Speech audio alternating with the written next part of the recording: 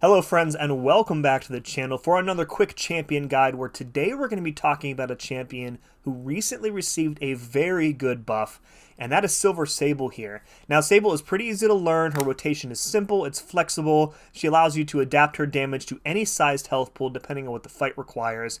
And speaking of damage, she has a pretty good amount of it now after the buff, which we'll talk through, and with a little bit of skill you'll be able to effortlessly plow through defenders in no time. As is tradition with these champion guides, let's start off today by asking the question, does Silver Sable need to be awakened?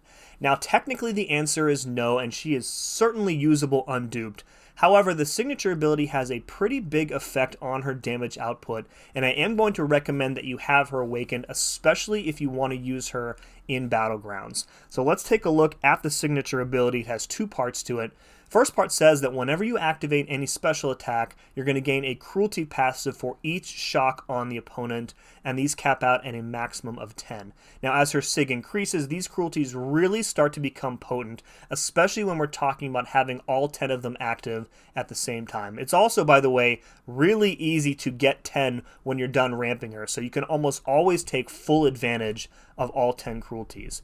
Now the second part of a sig says that whenever you intercept the opponent, you have an increased flat chance to apply a shock debuff. So normally her chance is 30%, we'll talk about that more in a little bit, and at max sig this becomes 90% total on any intercept, which means if you're really strong in intercepting, you're going to be able to ramp up her damage a little bit faster. Now this part of her sig I would say is not as important as the first one because it's just giving you a small damage bonus for like a little bit of extra skill expression. Having said that, if you're really good at intercepting, you can squeeze a little bit of extra shocks out of her by doing so. Alright, now that we've covered a sig, let's jump right into some gameplay.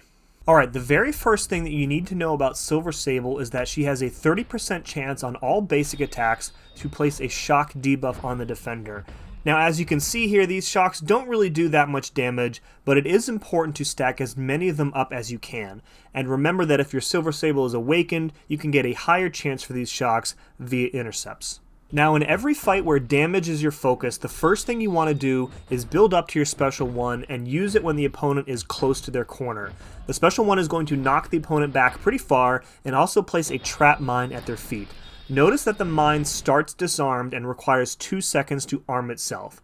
From here on, whenever the defender passes over the mine, it's going to detonate and deal an instant shock, then go on cooldown for 4 seconds. Whenever you pass over the mine, you're going to gain an 80% fervor passive, which is going to increase the ability accuracy of those shock debuffs, and these fervor passives stack up to 3 for a total of 240%. Gaining and refreshing these fervor passives are how you are going to stack up a ton of these shock debuffs, and with all three your chance on basic hits reaches 72%, and you'll notice as you watch these fights how quickly the shocks start to stack up. One more very important thing I want to cover about the mines is that anytime you intercept the opponent, all of her mines will rearm themselves immediately. So while you can play her straight up, you don't have to do this, and she'll be totally fine if you don't. This mechanic provides her an opportunity to deal a bunch of extra instant shocks if you are able to repeatedly intercept the opponent. And I want to reiterate, this playstyle is not required, but once you've kind of grown comfortable with her, you'll be able to unlock a bit of extra damage by triggering the mines over and over by intercepting. Now from here you can choose to do one of two things. Your first option is to use more special ones and place additional mines. The mines stack up to 3, and my recommendation is that the number of mines you place should correspond to the size of the defender's health pool. So for a short fight like in Battlegrounds, 1 mine is probably going to be enough. For medium fights, 2 is going to work pretty well, and in a long fight you definitely want to place all 3. Now this isn't some hard and fast rule, but in mode like Battlegrounds where time is always going to be a factor, you do want to be as efficient with your power as possible, and using that extra bar of power may cost you some points in the fight. And of course there are other things to consider as well. For example, if you're punching up a rank, you probably want to place more mines than you need, but in general I have found this is a good place to start. Now in this particular fight, the defender has around 500,000 HP, so we're going to go with 2 mines. Notice how I'm keeping the mines grouped together, and all of them are close to the wall. Keeping the mines together means that you'll get multiple bursts of instant shock damage from pushing the defender over the mines with one combo, or when they are at their wall and dash forward, they'll trigger all the mines at once. In addition, when you pass over all 3 mines with 1 dash attack, you'll automatically gain all 3 of those fervor effects. Once you've placed an appropriate number of mines, your next step is to build up to 2 bars of power in preparation for a big special 2. Now as you do this, remember to keep yourself and the defender moving over the mines, both to deal damage and to keep your fervors capped so that you can continue to apply new shocks. For maximum damage and in an ideal situation, you're going to want 15 shock debuffs per mine.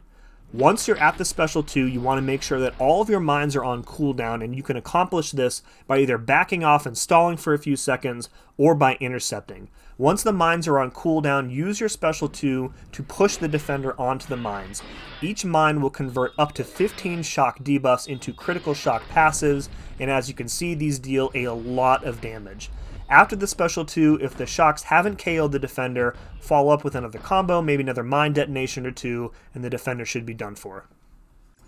Alright, let's go ahead and show you a fight in real time. This is a Star-Lord from the CCB beta. He has 1,000,000 health, and bear in mind here that this is only a rank 2 Sable, Sig 40 I think, so her ceiling is quite a bit higher than what I'm demonstrating here in this guide. So at the start of the fight, we're just doing our normal combos into him, trying to build up as many of those shock debuffs as we can, firing off our first special 1 to place a trap right up against the wall, which is where we want it, dodging his special attack, building up those fervor passives to increase our chances at a shock debuff on our basic attacks, firing off our second special 1 for our second mine, and since this has a lot of health, we do want to go for all 3 mines before we go for our big special 2 here. Going to intercept to reset those mines. Notice how that's dealing extra bursts of damage because the intercepts are rearming them, and we're getting a whole bunch of extra instant shocks.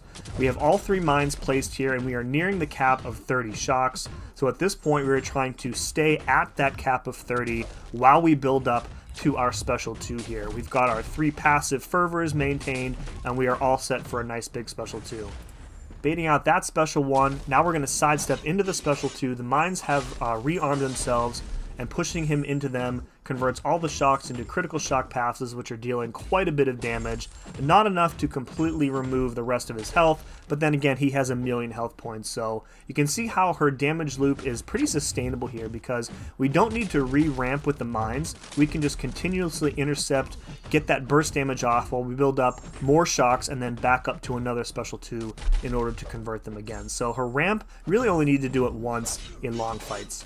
Another special 2 into the mines, we convert 25 shocks, and that is more than enough to KO him with another combo. That is 1,000,000 health from a rank 2 Silver Sable in about 100 seconds. Okay, real quick, let's review the rotation. So at the start of the fight, you want to do your normal combos to build up those shock debuffs. And again, you have a 30% chance on your basic attacks to place a shock debuff. If your Sable is awakened, you can intercept for a higher chance at placing one of those shocks. Use your special 1 to place a trap at the opponent's feet, ideally when they're against the wall, and then from here you want to force the defender into the trap for instant shocks and move Sable herself over the trap to gain those fervor passives. That's going to increase the chance that you place shocks with your basic attacks. From here, once you have enough traps, you can build to your special 2. Ideally, you want 15 to 30 shocks, depending on how many mines you have. Then use your special 2 when the mines are armed, push them into the mines, and that's going to convert the shocks into critical shock passives. Follow up with a combo or additional SP2s as necessary. Now that you have a solid understanding of Sable's damage, I want to take a few moments here and touch on what I think the real appeal of her kit is for me, and that is her utility, specifically against Science Defenders.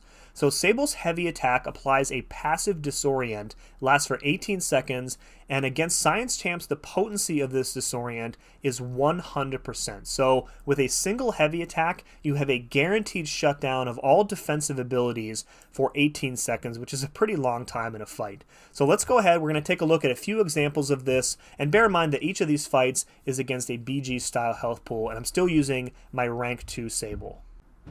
Alright, let's start off with Photon, who is definitely the most prevalent Science Defender. Now Sable's heavy cannot miss, so she can safely parry and heavy at the start of the fight, and from here the disorient is going to prevent Photon from gaining any of those charges, and if you're mindful about keeping the disorient on her, you can finish the fight without ever pushing her to her pure light form. Now, Sable isn't going to be as fast for Photon as somebody like Mantis or Black Cat or Crossbones, but she's going to get the job done with a lot of health remaining because he won't be taking nearly as much chip damage. One thing to keep in mind here against Photon is that she does have a pretty hefty amount of energy resistance, so you will notice that the critical shocks aren't going to do as much damage as they were doing against Star-Lord earlier. Now, since this is a short fight, we're going with only one trap. Pushing her into the trap with the Special 2, we convert all of the shocks that we had on her, and then one more heavy to follow up finishes the fight. That is a rank 3 Photon, Battleground style health pool in under a minute. So these other examples I'm just going to show you quickly, just like a little clip of each. Against Thing, you can prevent his rock stack, so you never have to play around as unstoppable. And if you don't parry him like I'm doing in this fight, then you actually can avoid triggering his protection as well.